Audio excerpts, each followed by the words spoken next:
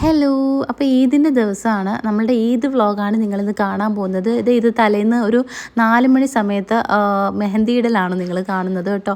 ഒരു 4 മണിയായി ഞങ്ങൾ ഇറങ്ങിയപ്പോൾ മെഹന്തിയും കാര്യങ്ങളും. ഒരു പ്രതീക്ഷയില്ലാത്ത പെരുന്നാളായിരുന്നു. ഞങ്ങൾ വിചാരിച്ച് മറ്റന്നാളായിരിക്കും പെരുന്നാളെന്ന്. പക്ഷേ ഒരു പെട്ടെന്ന് തന്നെ നാളെയാണ് പെരുന്നാളെന്ന് പറഞ്ഞപ്പോൾ ആകെ ഷോക്കായിപ്പോയി. പിന്നെ പിറ്റേ ദിവസം തക്ബീർ ചൊല്ലുന്ന കേട്ടിട്ടാണ് ഞാൻ എഴുന്നേറ്റ് വന്ന് മെഹന്തി കൈകളും അതുപോലെ ആ തക്ബീർ ചൊല്ലുന്നതും കേൾക്കാൻ വല്ലാത്തൊരു ഫീലാണ് കേട്ടോ. അപ്പം പെരുന്നാളിന് എല്ലാവരും രാവിലെയാണ് എഴുന്നേൽക്കാറ്. ഞാൻ പക്ഷേ തക്ബീർ ചൊല്ലുന്ന കേട്ടിട്ടാണ് കേട്ടോ എഴുന്നേറ്റ് വന്നത്. പിന്നെ അതുപോലെ തന്നെ ഉണ്ടാക്കുന്നതിന് രാവിലത്തെ ഫുഡ് ഉണ്ടാക്കിയത് ഒറോട്ടി, അതായത് പത്തിരി എന്ന് ചിലടത്ത് പത്തിരി എന്ന് പറയും. ഞങ്ങൾ നൈസ് പത്തിരി ഒറോട്ടി. അപ്പോൾ ഒറോട്ടിയും തേങ്ങാപ്പാലും അതുപോലെ ബീഫ് കറിയാണ്. പിന്നെ ഉച്ചയ്ക്ക് ബിരിയാണി വെക്കാനാണ് പ്ലാൻ. അപ്പം അപ്പച്ചിയും മക്കളൊക്കെ ഉണ്ട്. അപ്പച്ചിയുടെ മോളാണ് എനിക്ക് മെഹന്തി ഇട്ട് തന്നത്. സുലുവാണ് എനിക്ക് മെഹന്തി ഇട്ടത്. അതുപോലെ ഞാനും ഒരു മെഹന്തി ആർട്ടിസ്റ്റാണ്. പക്ഷേ എൻ്റെ മടി കാരണം അവളെ കൊണ്ട് തന്നെ 2 കയ്യിൽ വിടിയിപ്പിച്ചു. അപ്പം ഞാൻ മെഹന്തി എന്തെങ്കിലും ട്യൂട്ടോറിയലൊക്കെ വേണമെങ്കിൽ നിങ്ങൾ കമൻറ്റ് ചെയ്താൽ മതി കേട്ടോ. അതുപോലെ തന്നെ ഞങ്ങൾ പായസം ഉണ്ടാക്കി. സാധാരണ പെരുന്നാൾ ദിവസം പായസം ഒന്നും ഉണ്ടാക്കാറില്ല. പിന്നെ എല്ലാവരും കൂടെ ഉള്ളപ്പം ഒരു പെരുന്നാൾ ദിവസത്തിൻ്റെ ഒരു ഗുമ്മുണ്ടായിക്കോട്ടെ എന്ന് വിചാരിച്ച് ഞങ്ങൾ പായസം ഉണ്ടാക്കിയിട്ടുണ്ടായിരുന്നു. അങ്ങനെ ഒരു ചെറിയ സേമിയ പായസം ഉണ്ടാക്കി. അത് നല്ല ടേസ്റ്റി ആയിരുന്നു. ഞങ്ങളങ്ങനെ അത് കുടിച്ചു. പിന്നെ രാവിലത്തെ ഫുഡ് എന്തെന്ന് പറഞ്ഞു കഴിഞ്ഞാൽ നമ്മളുടെ ഒറോട്ടിയും ബീഫ് കറിയും അതുപോലെ തേങ്ങാപ്പാലും ബീഫ് ഫ്രൈയും ആയിരുന്നു.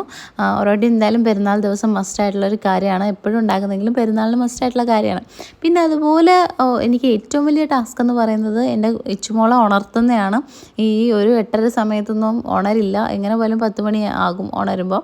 അതുകൊണ്ട് തന്നെ ഭയങ്കര പാടുപെട്ടിട്ടാണ് ആ ഒരു വീഡിയോ ഷൂട്ട് ചെയ്തിട്ടില്ല എന്നേ ഉള്ളൂ കാര്യം.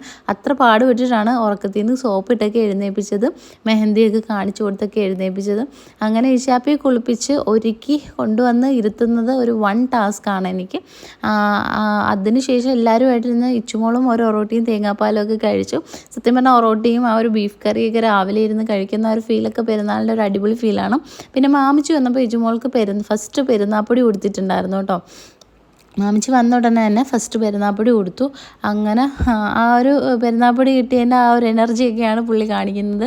പിന്നെ കുട്ടികൾക്ക് ഇങ്ങനെ പെരുന്നാപ്പൊടി കൊടുക്കുന്ന ആ ഒരു ചടങ്ങൊക്കെ ഒരു രസമാണ്. അങ്ങനെ അതൊക്കെ കഴിഞ്ഞിട്ട് ഞാനും ഒക്കെ കഴിക്കാനിരുന്നു. ഞാൻ അതിന് ശേഷം എൻ്റെ വീട്ടിലായിരുന്നു നിന്ന്. പിന്നെ ഹസ്ബൻഡ് വീട്ടിൽ പോയി എൻ്റെ ഡ്രസ്സസും കാര്യങ്ങളും എടുത്ത് ഫ്രഷ് ആയിട്ടൊക്കെ വരികയായിരുന്നു കേട്ടോ. അതൊന്നും ഷൂട്ട് ചെയ്യാൻ പറ്റിയില്ല. അങ്ങനെ ഞങ്ങൾ രാവിലെ ഇതേ ഫ്രൈ ഒക്കെ കൂട്ടി അടിപൊളിയായിട്ട് കഴിച്ചു. പിന്നെ ഹസ്ബൻഡ് വീട്ടിൽ പോയി റെഡി ആയിട്ടൊക്കെ വന്ന് ബിരിയാണി ആയിരുന്നു ഫുഡ് കഴിച്ചു. ആ ഒരു ഇടയ്ക്കത്തെ ഷൂട്ടിങ് നടന്നില്ല കാര്യം കുട്ടിയായിട്ടുള്ള ഓട്ടോ അല്ലേ. അപ്പോൾ പലതും എനിക്ക് ഷൂട്ട് ചെയ്യാനായിട്ട് മിസ്സായി പോകും കേട്ടോ. പിന്നെ അതുപോലെ ഈ സ്ട്രെയിറ്റ്നർ വെച്ചിട്ട് ഫസ്റ്റ് ടൈമാണ് ഞാൻ വാങ്ങിച്ചിട്ട്. ഇതിൻ്റെ ഷോർട്സിൽ ഞാൻ ഇട്ടിട്ടുണ്ട് കേട്ടോ. ഈ സ്ട്രെയിറ്റ്നറിൻ്റെ ഡീറ്റെയിൽസ് ഇട്ടിട്ടുണ്ട്, നിങ്ങൾ ചെക്കൗട്ട് ചെയ്താൽ മതി. അതുപോലെ ഫസ്റ്റ് ടൈമാണ് ഞങ്ങൾ 3 പേരും ഇങ്ങനെ ഹെയർ ഫുള്ളൊന്ന് സ്ട്രെയിറ്റ് ആക്കി നോക്കിയിട്ടുണ്ടായിരുന്നു കേട്ടോ. ഞങ്ങൾ 3 പേരും സ്ട്രെയിറ്റ് ആക്കി നോക്കി. അതുപോലെ തന്നെ നല്ലൊരു നല്ലതായിട്ട് സ്ട്രെയിറ്റ് ആകുന്നുണ്ടായിരുന്നു. അതിൻ്റെ സന്തോഷത്തിൽ ഞങ്ങൾ കുറേ ഫോട്ടോസും വീഡിയോസും ഒക്കെ കാര്യം ഷൂട്ട് ചെയ്തു കേട്ടോ. ഒരാളും ആ ഒരു ഒരുങ്ങിയ സന്തോഷത്തിലൊക്കെ നിൽക്കുകയാണ്. ഇതിപ്പോൾ സമയം സത്യം പറഞ്ഞാൽ ഒരു 4 മണി 5 മണി വരെ ഫോട്ടോഷൂട്ടായിരുന്നു കേട്ടോ. അങ്ങനെ ഫോട്ടോ ഒക്കെ ഷൂട്ട് ചെയ്യുകയാണ്. ഫോട്ടോസും വീഡിയോസും ഒക്കെ എടുത്തിട്ടുണ്ട്. അതൊക്കെ എൻ്റെ ഇൻസ്റ്റാഗ്രാം പേജ് സെർച്ച് ചെയ്താൽ മതി. അങ്ങനെ 6 മണി 6:30 ആയപ്പോഴാണ് ഞങ്ങൾ ബീച്ചിലേക്ക് പോകുന്നത്.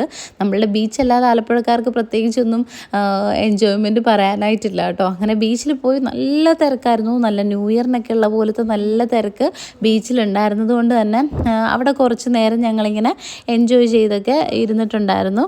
പിന്നെ അത് കഴിഞ്ഞപ്പോൾ അവിടെ കുറച്ച് നേരം ഞങ്ങളെല്ലാവരും കൂടെ സ്പെൻഡ് ചെയ്തു. പിന്നെ അജ്മലിൽ എൻ്റെ ബ്രദർ ഫ്രണ്ട്സുമായിട്ടൊക്കെ പോയിട്ടുണ്ടായിരുന്നു. അതുകൊണ്ടാണ് ബ്രദറിനെ കാണാത്തത്. അപ്പോൾ ഇത്രയൊക്കെ ഉള്ളൂ ഞങ്ങളുടെ ഈദ് വ്ളോഗ് എന്ന് പറഞ്ഞു കഴിഞ്ഞാൽ. ഈദ് അടിപൊളിയായിരുന്നു. അപ്പോൾ എൻ്റെ വീഡിയോ ഇഷ്ടപ്പെട്ട എല്ലാവരും സബ്സ്ക്രൈബ് ചെയ്യാൻ മറക്കരുത് കേട്ടോ. ബൈ.